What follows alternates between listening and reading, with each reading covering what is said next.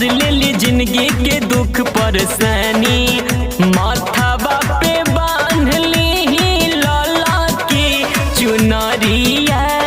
एहो बलराम जी चली पुरैनी माई के दुआरिया। एहो बलराम जी चली पुरैनी माई के दुआरिया।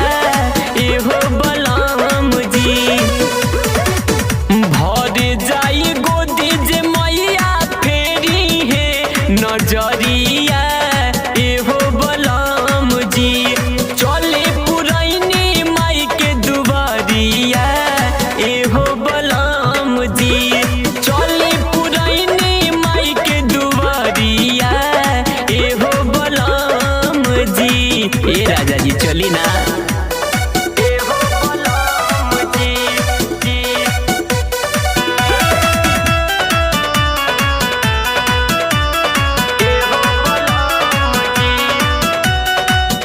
चढ़ते चैतावा में लागेला मेला, माई के धामवा त सुहावन लगेला।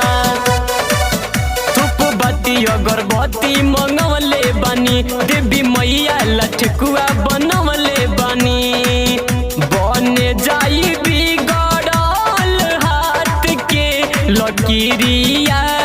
एहो बलराम जी बने जाई बिगड़ल हाथ के लकीरिया।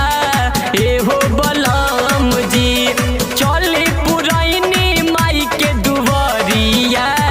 एहो बलराम जी चली पुरैनी माई के दुआरिया। एहो बलराम जी ए राजा जी चली ना।